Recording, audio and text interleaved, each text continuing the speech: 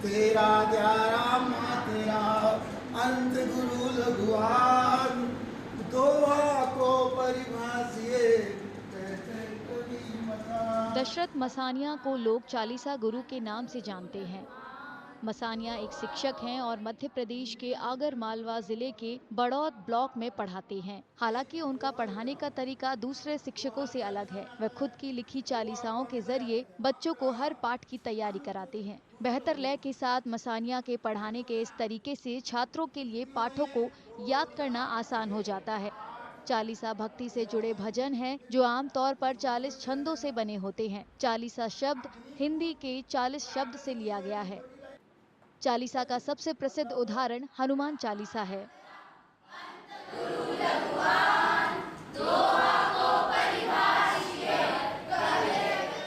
चालीसा चालीसा लिखने के पीछे मेरी सोच ये थी कि हनुमान चालीसा का हम बचपन में अध्ययन करते रहे हैं और दुनिया में सर्वाधिक गाए जाने वाला जो चालीसा है हनुमान चालीसा, उससे मैंने एक बात सीखी, ये मंत्र की भांति तो काम करता ही है, तो क्यों ना शिक्षा के क्षेत्र में हम इन चालीसा की विधि से लिख करके बच्चों तक ज्ञान पहुंचा सकें।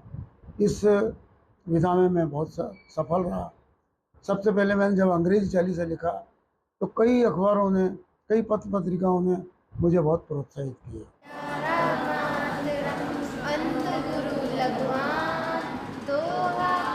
मसानिया ने 500 से ज्यादा चालीसा लिखी हैं। इनमें महात्मा गांधी जैसे महान व्यक्तित्वों को श्रद्धांजलि से लेकर रामायण और हनुमान चालीसा की रचना करने वाले संत कवि तुलसीदास पर भी चालीसा शामिल है।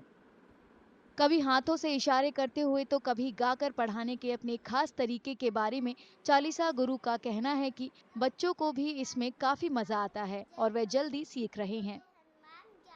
सागर जय कपि गोलोक उद्धार, रामदूत अतुलित बल धामा, अंजनी पुत्र पवन सुत नामा। लगातार चालीसा पढ़ाने से मुझे सबसे अच्छा ये लगा कि जो बच्चा पीछे तक का नहीं बोलता था वो बोलना सीख गया। चालीसा पढ़ाने से विषय की संक्षिप्तता के साथ साथ गायन कला में प्रवीण होना, ये बच्चे के शिक्षा के विकास में बहुत सहायक रहा। क्रिकेट के भगवान कहे जाने वाले सचिन तेंदुलकर शायद इस बात से अनजान होंगे कि दशरथ मसानिया ने उन पर भी एक चालीसा लिखी है।